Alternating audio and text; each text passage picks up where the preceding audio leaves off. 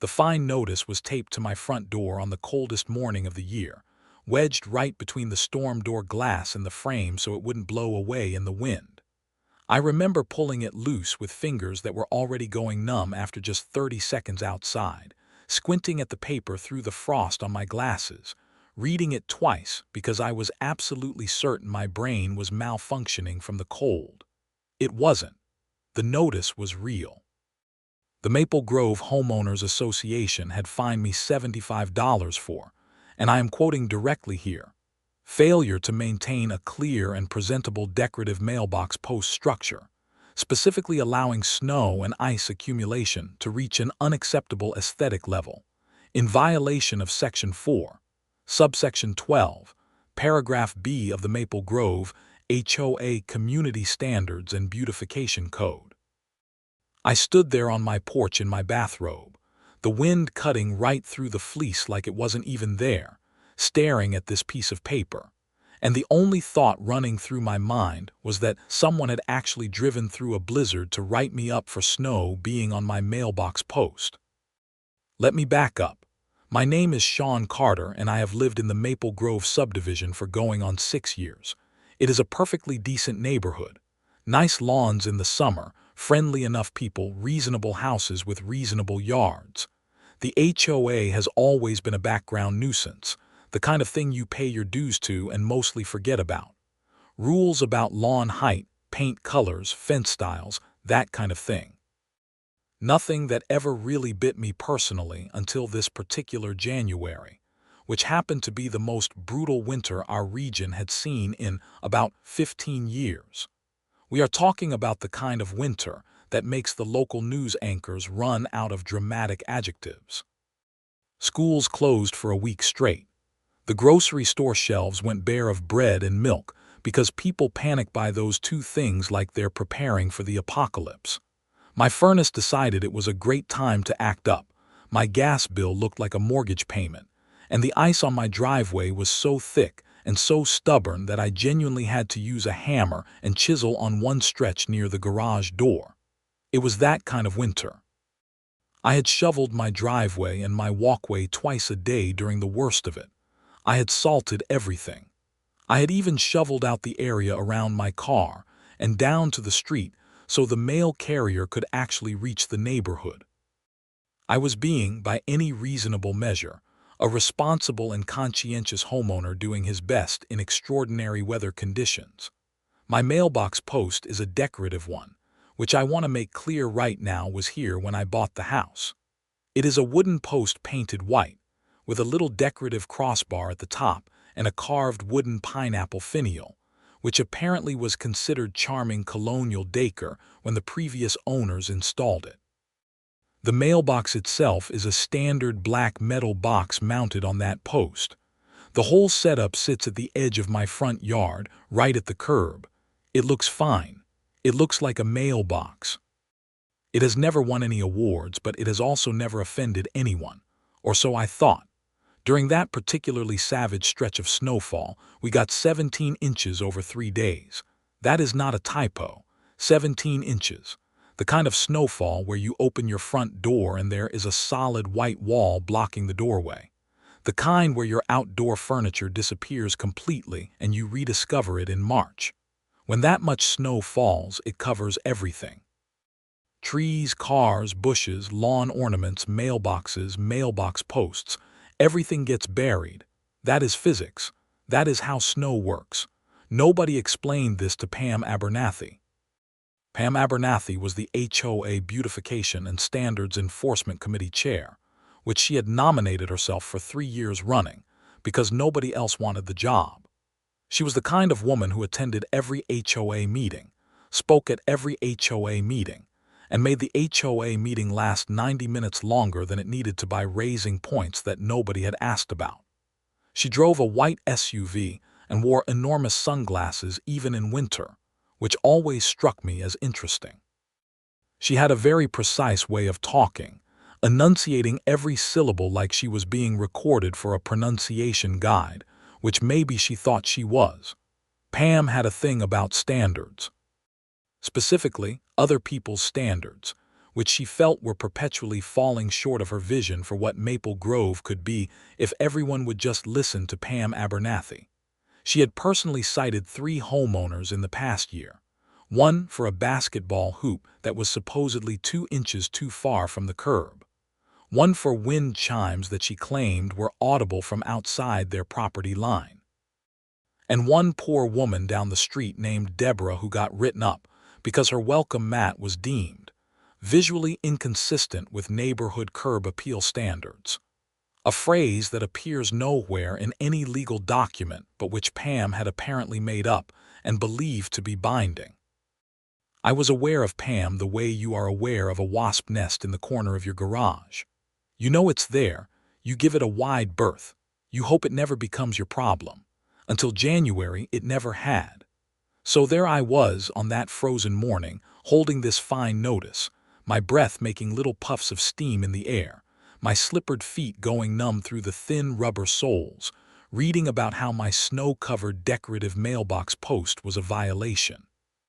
I went back inside, poured myself a second cup of coffee, and read the notice again at the kitchen table under better lighting. It was formally typed on HOA letterhead. It cited the specific section of the community code. It included a payment deadline of 14 days and a note that failure to pay could result in additional fines and lien proceedings. A lien over snow on a mailbox post. Now, here is the thing about me that a lot of people in Maple Grove didn't know. Before I moved here and started working remotely in software project management, I spent several years working as a paralegal for a real estate and property law firm. Not a lawyer, not licensed to practice, but I spent long enough in that office that I know how to read a legal document. I know how to research statutes, and I know when someone is using official-sounding language to bluff ordinary people into compliance. Pam Abernathy was counting on me being an ordinary person who would read the word lien and immediately write a check. She had picked the wrong mailbox post to mess with. I started doing my homework that same morning, still in my bathrobe with my coffee refilled twice. First thing I did was pull out my full HOA governing documents, which I had kept in a manila folder in my filing cabinet since the day I moved in. I am that kind of person. The kind who actually reads the HOA documents before signing and then keeps them. I know. Not everyone does this, but I did, and right now I was very glad about it. I found Section 4. I found subsection 12. I found paragraph B. I read it very carefully. It said, and again I am quoting directly, that decorative structures including but not limited to mailbox posts, lamp posts, and entry features shall be maintained in a clean and visually presentable condition, free of excessive dirt, mold, significant structural damage, or other conditions that create lasting aesthetic degradation. Not snow, not ice, not winter weather accumulation. Dirt, mold, significant structural damage, or other conditions that create lasting aesthetic degradation. The key word in that last phrase being lasting. Snow melts. Snow is by its very definition temporary. You cannot have lasting aesthetic degradation from snow any more than you can have lasting structural damage from a cloud passing overhead. I wrote all of this down in a legal pad. I noted the exact language. I noted what the fine cited versus what the code actually said. Then I checked the HOA's own fine schedule, which was an attached document that listed approved penalties for specific violations. Section 4 violations, mailbox-related ones specifically, carried a maximum first-time fine of $25, not $75. Someone had tripled the fine without authorization. I wrote that down too. Then I went online and looked up my state's HOA statutes, which govern how HOAs are allowed to operate, what due process they have to follow, and what happens when they don't. Most states have reasonably clear laws about this. In my state, the relevant statute required that before any fine could be levied, the homeowner had to receive a written notice of violation with a reasonable cure period, and if the homeowner remedied the violation within that cure period, no fine could be assessed. I had received a fine notice, but I had never received a violation notice. There was no cure period offered. They skipped straight to the fine. That was a procedural violation of the governing documents and potentially of state law. I wrote that down and underlined it twice. I also noted the date on the fine notice and checked my weather records, because yes, I'm the kind of person who uses a weather app that lets me log observations. On the date Pam had apparently conducted her inspection and noted my violation, the temperature had been 8 degrees Fahrenheit. The snow had been actively falling. There had been a wind advisory in effect. Whatever my mailbox post had looked like that day, it looked like every single other structure in the neighborhood and in the entire city and in the entire region because there was a major winter storm happening. Satisfied that I had enough to work with, I sent a formal written response to the HOA via certified mail that same afternoon, after the post office reopened because it had been closed 2 days due to weather. In that letter, I did several things. First, I disputed the fine on the grounds that Section 4, subsection 12, paragraph B did not cover snow or weather accumulation. Second, I disputed the fine amount as inconsistent with the approved fine schedule. Third, I formally noted that no violation notice with cure period had been provided prior to the fine assessment, in violation of the HOA's own procedures and state statute. Fourth, I requested a formal hearing before the HOA board, which was my right under the governing documents. Fifth, I formally requested copies of any and all documentation, photographs, inspection logs, or other records pertaining to this alleged violation, which was also my right. Then I sat back and waited. The response came faster than I expected, which told me that Pam was watching the mail carefully. 3 days after my certified letter was received, I got a call from the HOA property management company that handled the administrative side of things. The woman who called, whose name was Denise, sounded very tired in the way that people who deal with Pam Abernathy regularly sound tired. Denise told me that the board had reviewed my letter and wanted to discuss a resolution. I told Denise that I was happy to discuss a resolution, and that my preferred resolution was having the fine voided in full, receiving a written acknowledgement that the violation citation was issued in error, and receiving confirmation that my record would reflect no outstanding violations. Denise put me on hold for 4 minutes and came back sounding even more tired and said the board would like to schedule a hearing at the next meeting, which was 3 weeks out. 3 weeks was fine with me. I had plenty to do. I started talking to my neighbors, not in a gossipy way, not in a complaining way. I was genuinely curious whether anyone else had received unusual fines this winter. What I found out over the course of a week of casual conversations during driveway shoveling sessions and quick stops by people's doors was pretty illuminating. My next-door neighbor Gary had been fined $50 for having his garbage can visible from the street for more than 2 hours after collection day, except that on that particular collection day, the garbage truck hadn't come because of the storm and Gary physically could not put the can away because his gate was frozen shut. He had paid the fine because he thought he had to. Down the block, a couple named the Tremens had been fined for not shoveling their front walkway within 24 hours of snowfall, except the snowfall hadn't stopped for 36 hours, and you are actually not required to shovel during active snowfall, only after it stops. They had also paid. There was also a woman named Rosa on the corner who told me she had been fined for her holiday lights still being up in the second week of January, except the HOA's own rule said holiday lights must be removed within 30 days of the holiday, and she was still within that window. She had called the management company, argued about it, eventually given up, and paid $35. 4 homeowners, including me, all fined in ways that either misread the rules, overstated the fine amount, or skipped required procedures. Gary, the Tremens, and Rosa had all paid. I had fought back. And now I was starting to think there was a pattern here that went beyond Pam just being overzealous. I was starting to think this was a revenue scheme. I brought this up carefully and factually with my neighbors. I printed out the relevant sections of the HOA governing documents for each of them, highlighted the specific problems with their fines, and walked them through why what had happened to them looked procedurally improper. Gary was outraged and wanted to complain immediately. I asked him to hold off and wait for the HOA hearing, which I now wanted all of us to attend. The Tremens agreed. Rosa said she was in. In the meantime, I started gathering documentation. I went through my weather station records and pulled the temperature, precipitation, and wind data for every day on which these fines had apparently been issued.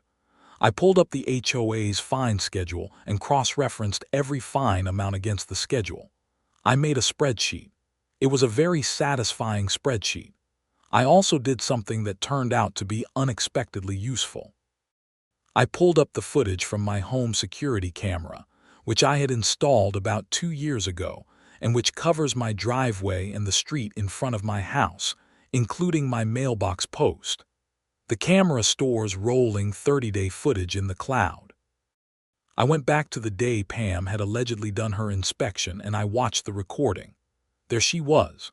White SUV, enormous sunglasses despite it being heavily overcast and actively snowing.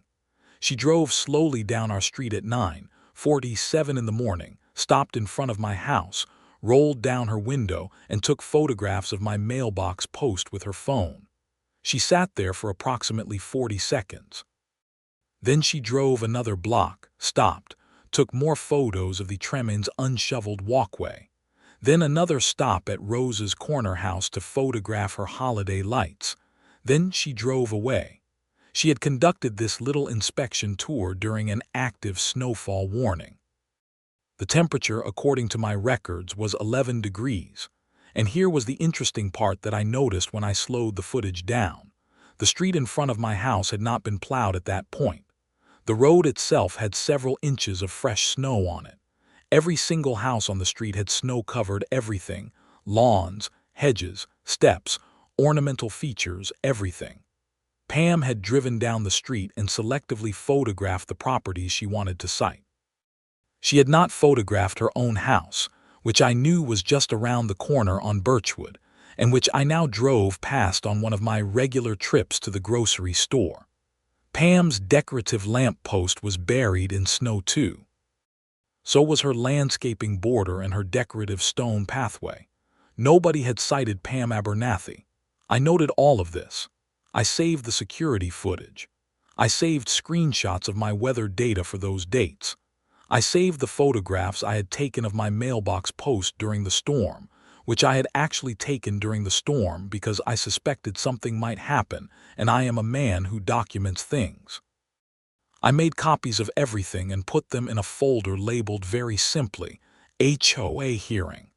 3 weeks went by. The weather got a little better and then got bad again, the way it does in January and February. My furnace got its act together after a service call that cost me $200, and I spent a week running space heaters in the basement as backup, which did nothing good for my electric bill. I shoveled. I salted. My driveway was impeccable. My mailbox post was pristine on the days it wasn't being buried by fresh snowfall, which is all you can ask of a mailbox post in the middle of winter. The HOA meeting night arrived. It was a Tuesday evening, and it was cold enough that my car door was stiff, and the heat didn't kick in properly until I was almost at the community center. The meeting was held in a rented room at a local church's community hall, which was warm enough but smelled like old carpet and coffee that had been sitting too long. Folding chairs were arranged in rows facing a long table at the front where the board members sat. There were 7 board members. Pam Abernathy sat at the far left end, and she was already making notes on a legal pad when I walked in. She looked up, registered that it was me, looked back down at her legal pad and wrote something. I don't know what she wrote, but the fact that she wrote something the moment she saw me felt pointed. What Pam had not expected, or at least what I suspect she had not expected, was the attendance. Normally, HOA meetings in Maple Grove drew maybe 8 or 10 people, mostly the same die-hard residents who like to have opinions about neighborhood landscaping. Tonight, there were 34 people in the room. I know the exact number because I counted. Gary was there, sitting 2 seats to my left. The Tremens were there, 4 rows back. Rosa was in the front row with her arms crossed. There were also a number of other neighbors who had heard through the grapevine that something interesting was happening and wanted to see what it was. The board chair, a quiet man named Donald Frey who seemed generally reasonable and who I had always suspected was mildly frightened of Pam, called the meeting to order. He ran through some routine business first, maintenance budget updates, a proposal about new stop signs near the park, that kind of thing. Then he got to the hearing portion of the agenda. My name was called. I stood up and introduced myself, which was probably unnecessary given that most people in the room knew who I was, but it felt right. I stated my address, I stated the nature of my dispute, and I stated that I was disputing the fine on 3 separate grounds. Then I laid it out exactly the way I had laid it out in my letter, but now I had the visuals to back it up. I had printed everything. I had a packet for each board member, which I handed to Donald at the front and asked him to distribute. The packets included the relevant sections of the governing documents with the key language highlighted, the official fine schedule with the discrepancy noted, the state HOA statute regarding required notice and cure period, my weather data for the inspection date, 3 photographs I had taken of my mailbox post during the storm showing conditions consistent with a major winter weather event, and a screenshot from my security footage timestamped at 9:47 a.m. on the inspection date showing Pam's white SUV parked in front of my property. Pam saw the screenshot of her car and her face did something complicated. Her jaw tightened. She set her pen down very precisely, like she was controlling her response. I explained each item calmly and thoroughly. I pointed out that the governing document language explicitly listed dirt, mold, and structural damage as qualifying conditions for a violation, and that snow was not listed and was by nature temporary rather than lasting. I pointed out that the fine assessed was $75 when the schedule permitted a maximum of $25 for a first-time Section 4 violation. I pointed out that I had never received a violation notice with a cure period prior to the fine, which was a procedural violation of both the governing documents and state statute. Then I said that I also wished to raise a broader concern, and I looked at Gary, who nodded. I explained that I had spoken with several neighbors who had received fines in recent months that appeared to share similar problems, either misapplied rules, overstated amounts, or skipped procedures. I said that Gary would like to speak to his experience, and then the Tremens, and then Rosa. Donald looked slightly alarmed by this development. Pam was looking at me with an expression that could have melted ice, which might have actually been useful given the conditions outside. Gary stood up and walked through his garbage can situation methodically. The Tremens presented their argument about shoveling during active snowfall. Rosa quietly explained the math on the holiday light removal window and how her lights had been up only 19 days when she was cited, 11 days inside the 30-day allowance. Each of them had their relevant paperwork. I had helped them prepare. The room was very quiet during all of this. Then it got less quiet, because people started whispering to each other, and then one woman near the back said, loud enough for everyone to hear, "They did the same thing to me in October. I thought I had just misunderstood the rules." And that opened a whole other conversation that Donald had to gavel down. Pam leaned forward and began to speak in her very precise, enunciated way. She said that the HOA had an obligation to maintain community standards, and that part of that obligation involved consistent enforcement of the code. She said that she personally had invested significant time and effort in conducting inspections to ensure that Maple Grove maintained its property values. She said that the weather conditions on the day of my inspection had not been so severe as to make a mailbox post inspection unreasonable. She said that Section 4, Paragraph B's reference to other conditions, was broad enough to encompass snow accumulation as a matter of board interpretation. I raised my hand. Donald nodded at me. I said with respect that other conditions in a legal document is interpreted in the context of the surrounding listed items, which is a standard principle of document interpretation called adjustum generis, which means that a general catch-all phrase takes its meaning from the specific items that precede it.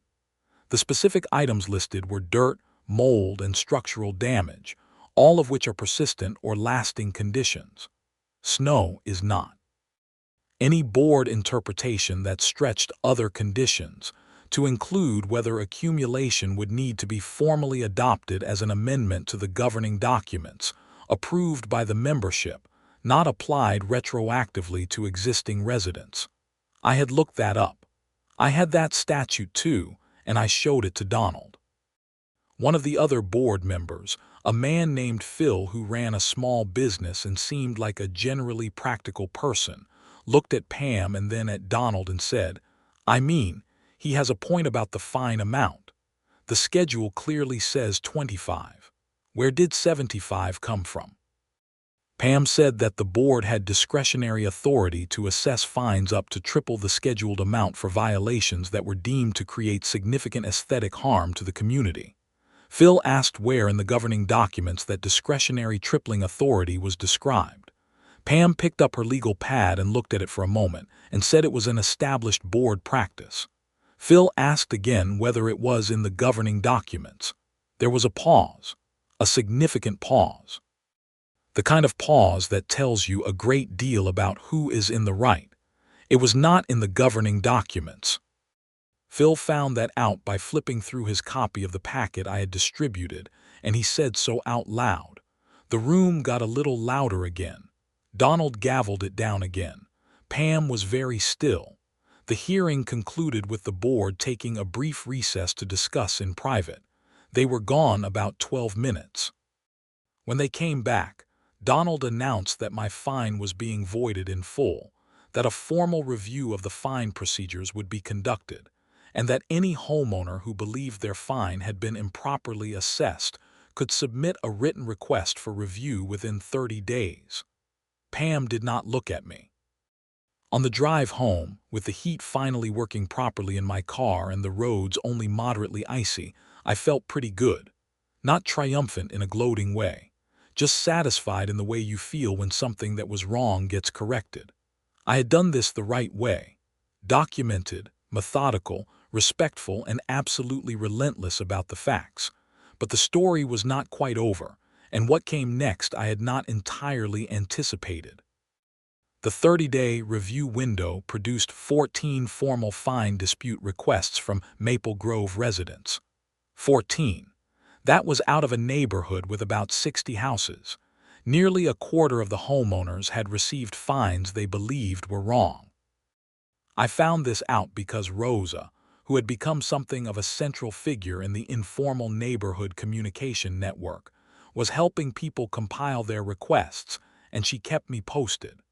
Some of these disputes were straightforward misapplications of rules, similar to the ones Gary and the Tremens had experienced, but some of them were more serious. One family had been fined repeatedly for the same alleged violation, a decorative garden border that Pam had declared non-compliant, even after they had modified it in the ways the HOA had specified. They had paid over $400 in fines spread across 8 months.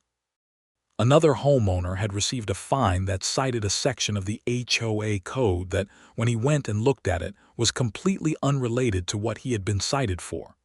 The section cited was about fence heights, and he had been cited for his driveway condition. It appeared the wrong section had been typed into the notice, which could be a clerical error, or it could be something else. When Rosa showed me that one, I sat with it for a while. Citing a rule that doesn't apply to the alleged violation is not just sloppy. In a worst-case reading, if it is done knowingly to obscure the fact that there is no applicable rule, it is potentially fraudulent. I was not ready to say that yet. But I was paying attention. The family with the garden border fines was named the Kellermans, and when I sat down with them and went through their records, what I found made me genuinely uneasy. They had received 8 separate fine notices over 8 months. Each one cited a slightly different reason. The border was too high. The border materials were non-approved. The border plants extended beyond the property line. They had made modifications each time to address the stated concern. They had photographs documenting each modification. After each modification, a new fine had arrived within weeks. The fines ranged from $30 to $80 each. 8 fines totaling $420 for a garden border. I asked whether any of the modifications the Kellermans had made had ever been formally approved in writing by the HOA before the next fine arrived. They looked at each other. No. They had just done what the notice said and assumed that would be enough. There had been no formal approval process, no inspection confirmation, nothing. They had modified their property and then received another fine as reward for their compliance. I asked whether the Kellermans had any documentation of their modifications, and they did, including dated photographs, receipts for materials, and in 2 cases contractor invoices. Good. That was something. I also made a private note to myself and then shared it later with Gary, who had become my closest ally in all of this. The pattern of escalating fines against a single property, with shifting justifications, against homeowners who were clearly making good faith efforts to comply, had a name in consumer protection law. It was called a predatory enforcement pattern, and while HOAs were not typically covered by the same consumer protection statutes as businesses in most states, the principle was relevant when it came to the implied covenant of good faith and fair dealing that courts had applied to HOA homeowner relationships in numerous cases. I was, again, not a lawyer, but I had spent enough time around real estate lawyers to know that what I was looking at was the kind of thing that made real estate lawyers very interested. About a week after the hearing, I got a phone call from a man who introduced himself as Tom Ashworth. He said he was an attorney specializing in HOA disputes and community association law, and that a mutual acquaintance had told him what was happening in Maple Grove, and he was curious whether I would be interested in a consultation. He said the consultation would be free, because what the mutual acquaintance had described sounded like it might have broader implications. I said yes. Tom came over on a Saturday morning and I made coffee, which he accepted gratefully because it was still deeply cold outside and the walk from his car to my front door had been enough to chill him thoroughly. He sat at my kitchen table and I walked him through everything, showing him the documents, the spreadsheet, the security footage, the fine notices, the governing documents, the state statutes. He asked clear questions. He took notes. He did not seem shocked by anything, which told me he had seen things like this before. Tom explained that in his experience, HOA fine revenue schemes typically fell into one of a few categories. Sometimes it was just bureaucratic sloppiness, overzealous enforcement by someone who didn't understand the rules they were supposed to be applying. Sometimes it was intentional, a board or a committee chair knowingly generating fines beyond what the rules permitted in order to produce revenue for the association or for their own benefit. And sometimes, in the worst cases, it was a combination of the two, where someone who started with sloppiness realized they were collecting money without much pushback and decided to make a practice of it. He asked whether the association's financial records were available to members. They were, under the governing documents. He suggested I formally request them. I did. I sent a certified letter to the management company requesting a copy of the association's financial statements for the past 2 years, including a detailed accounting of fine revenue, which I was entitled to under the governing documents as a dues-paying member of the association. The response was slow. 2 weeks passed, and I received a letter from a lawyer representing the HOA, which told me that the financial records were being reviewed for accuracy before being provided, and that I would receive them within 30 additional days. That lawyer's letter was interesting for a couple of reasons. One, the HOA had apparently hired a lawyer, which suggested they were taking my request seriously in ways that went beyond a simple clerical review. Two, Tom had told me that when an HOA suddenly hires counsel in response to a records request, it sometimes means the records contain something they would prefer a member not see. We waited. The neighborhood was aware that something was ongoing. At this point, it had become something of a community exercise in civic attention. People were talking to each other more than they had in years. During the long, bitter stretch of February, while ice storms alternated with heavy snowfall, and everyone was struggling with frozen pipes and astronomical heating bills, and the general misery of a punishing winter, the ongoing HOA situation was at least giving people something to discuss besides the weather. There was a group text chain that included about 30 of the 60 households, started by Rosa, called simply Maple Grove Watch, and it had become very active. When the financial records finally arrived, 41 days after my request rather than the promised 30, Tom and I went through them together. The accounting of fine revenue was buried in a quarterly report format that was designed to be confusing, with various line items that didn't have intuitive labels. Tom had seen this format before and knew how to read it. What we found was that fine revenue for the association had increased by approximately 340% over the prior 2 years. The association had collected just under $12,000 in fines during the most recent fiscal year, compared to about $3,500 the year before Pam Abernathy became Beautification and Standards Enforcement Committee Chair. The association's reserve fund, which should have been growing with this additional revenue to cover maintenance and repairs, had grown by only about $1,500. The operating expenses had increased by a significant amount, including a line item labeled Administrative and Compliance Costs that had jumped from $900 to over $4,000. Tom looked at that line item for a long time. Then he said, very carefully, that he wanted to request a more detailed breakdown of that administrative and compliance cost item before drawing conclusions. He sent that request in his own name as an attorney, which had a somewhat more immediate effect than my previous requests. The management company responded within a week with a breakdown that showed administrative and compliance costs included things like printing, mailing, documentation fees, and what was listed as committee chair operational expenses. Committee chair operational expenses for a volunteer position on an HOA committee. Tom looked at that line item and said it was time to have a conversation with the other board members.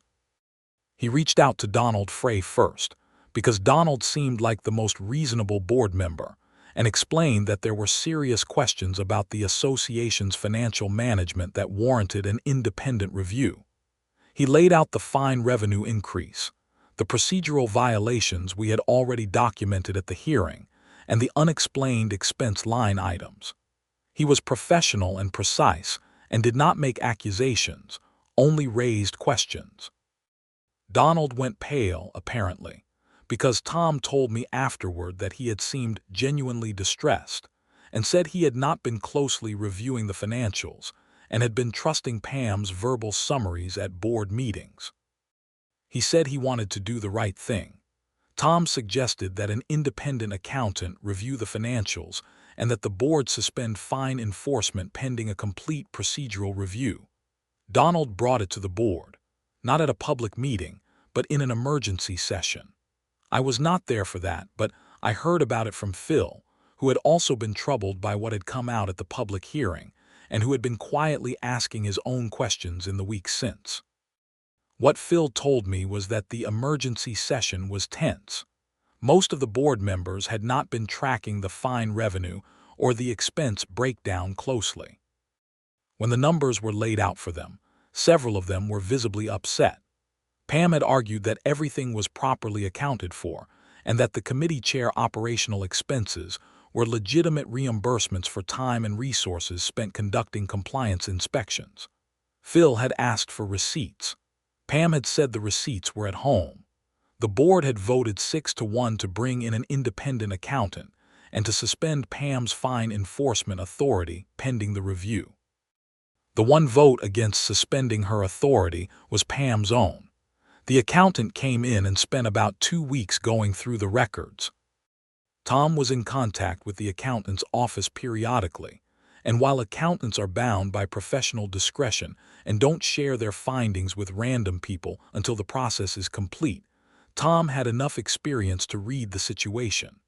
When the accountant's preliminary findings came back to the board, Donald called Tom and told him that the situation was more serious than they had expected. I got a call from Tom shortly after that. He told me, in a careful voice, that the preliminary findings indicated that the committee chair operational expenses line item contained reimbursements that appeared to have been approved by Pam herself in her capacity as committee chair, without secondary board approval, and that the amounts appeared inconsistent with any documented legitimate expenses. In other words, Pam had been approving payments to herself from the association's accounts, using the fine revenue without the board's knowledge or formal authorization. That was not an HOA governance problem. That was not an overzealous committee chair. That was potential fraud. Tom reported the findings to the board and recommended that they report the matter to local law enforcement. Donald and the rest of the board, who at this point were deeply alarmed and also worried about their own liability exposure, agreed. The accountant's report was provided to the police. It was a Friday morning, the last Friday in February, when the police arrived at Pam Abernathy's house. I did not see this happen personally. I was working at my kitchen table when Rosa sent a message to the Maple Grove Watch group text saying that there was a police car in front of Pam's house on Birchwood. Several people responded saying they had seen it. About 40 minutes later, Rosa sent another message saying that Pam had come outside with an officer and had been escorted to the police car. I sat with that for a moment. I had not wanted anyone to go to jail over my mailbox post. That is not why I fought the fine. But what had started as me disputing a $75 charge for snow on a decorative wooden post had uncovered something genuinely harmful. Pam Abernathy had been taking money that belonged to the community, money paid by all 60 households in Maple Grove through their dues and fines, and directing it to herself. She had generated false and exaggerated fines to increase the revenue pool she was drawing from. The Kellermans had paid over $400. Rosa had paid $35. Gary had paid $50. Countless others had paid amounts they shouldn't have owed, and a portion of that money had ended up in Pam's pocket under the cover of an expense category she had created and approved herself. Pam was charged with misappropriation of funds and breach of fiduciary duty. Tom explained to me that HOA board members and committee chairs are considered fiduciaries, meaning they have a legal obligation to act in the best interests of the community they serve, not their own. Taking community funds through a fraudulent expense scheme was a serious violation of that obligation and potentially a criminal matter depending on the amounts involved and how the prosecutor's office chose to proceed. The amounts involved, the accountant had found, totaled somewhere between $8,000 and $11,000 over approximately 18 months. That was enough to proceed criminally.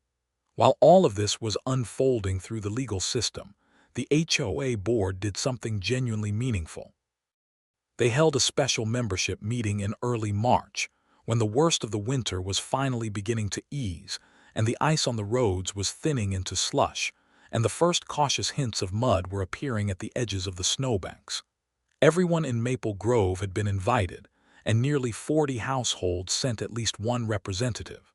Donald ran the meeting. He was earnest about it in a way that I respected. He did not minimize what had happened or blame it on a misunderstanding. He said the board had failed in its oversight responsibility, by trusting one committee chair to self-report on her activities without adequate review. He said structural changes were being implemented immediately. Fine authority would require 2 board member sign-off going forward. All expense reimbursements over $50 would require receipts and secondary board approval. An annual independent financial review would be included in the budget, and a homeowner ombudsman position would be created, a non-board member elected by the neighborhood who could receive and investigate complaints about HOA procedures without going through the board. Then he announced that all fines assessed in the past 18 months that were still under dispute or had been identified as procedurally improper would be reviewed, and eligible homeowners would be refunded. The Kellermans got $420 back. Gary got his $50 back. Rosa got her $35 back. There were a dozen others who received refunds of varying amounts. The total refund came to just over $3,000, which the association had sufficient funds to cover. I did not have anything to collect back, since I had never paid my fine. But I did receive the written acknowledgement I had asked for in my very first letter, confirming that the violation citation against me had been issued in error and that my record showed no outstanding violations. I framed it. I am serious. I have it in an 8x10 frame on the wall of my home office. It is not the finest piece of wall art in the world. It is a form letter printed on HOA letterhead, signed by Donald Frey, but it represents something that matters to me.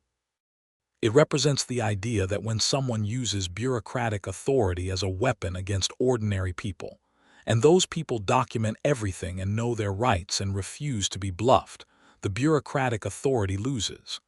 By the time March was properly underway and people were cautiously beginning to think about whether spring might actually return this year, Maple Grove felt different. Not dramatically different, not movie-ending different, but different in the way a neighborhood feels when people have gone through something together and come out knowing each other better. The group text was still active, though now it was more likely to be about restaurant recommendations and lost dog notices than HOA fines.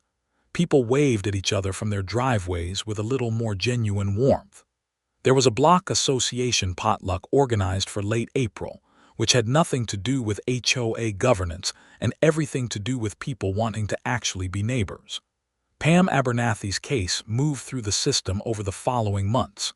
She hired a lawyer, of course. There were negotiations. She was eventually convicted on a reduced charge of misappropriation, fined personally, ordered to repay the funds, and given a suspended sentence with probation conditions. She was permanently removed from the HOA board and barred from serving on it in any capacity.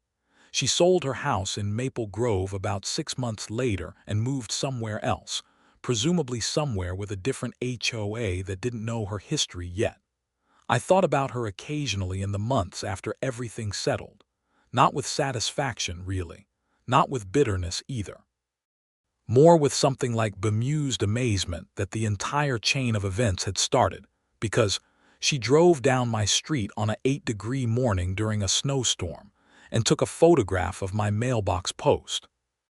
That one act of petty, overreaching enforcement had unraveled 18 months of misappropriation, sparked a neighborhood civic awakening, resulted in dozens of homeowners knowing their rights and their governing documents far better than they ever had, and ultimately made Maple Grove a better-run community with genuine accountability built into its structure.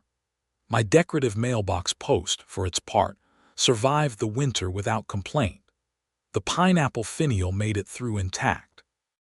When the snow finally melted for good and the ground started to show itself again, I cleaned off the post, touched up the white paint where a few chips had formed from freeze-thaw cycles, and stepped back to look at it. It looked perfectly fine. It had always looked perfectly fine. Tom called me around April to check in on how things had settled in the neighborhood. We talked for about 20 minutes, and at the end of it he said something that I keep thinking about. He said that in his experience, HOA abuse persists not because the law favors the HOA, but because individual homeowners assume the HOA knows the rules better than they do and don't bother to check. The moment one person checks and pushes back with documentation, the whole thing gets much harder to sustain. He said most HOA boards, even the problematic ones, are not prepared for a homeowner who actually reads the governing documents. I thanked him. I meant it. The thing is, I am not a confrontational person by nature. I don't enjoy conflict. I don't go looking for fights. When I got that fine notice on that freezing January morning, my first instinct had not been outrage or excitement. It had been that flat, weary irritation of someone being wronged over something absurd and knowing they have to deal with it. It would have been so easy to write a check for $75 and never think about it again. A lot of people make that choice. There is nothing wrong with them. They just have other priorities, and the friction of a dispute is not worth the cost of the fine. But sometimes the friction is worth it. Sometimes what looks like a $75 fight is actually a fight for $420 for your neighbors, and for a dozen other amounts for a dozen other people, and for the structural accountability of an institution that was supposed to serve the community but had found a way to quietly prey on it instead. Sometimes you fight the small thing because the small thing is actually the visible tip of a much larger problem that deserves to be seen. I shoveled my driveway about 400 times that winter. An exaggeration, but not by much. I fought an HOA fine over a snow-covered mailbox post. I uncovered a misappropriation scheme. I learned that my neighbors were fundamentally decent people who just needed a reason to pay attention. I watched the system work the way it is supposed to when someone makes it.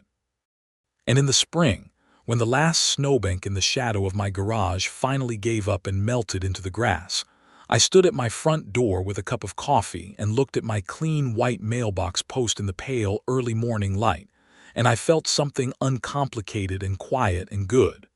The neighborhood was fine. We were going to be just fine, and my mailbox post had never looked better.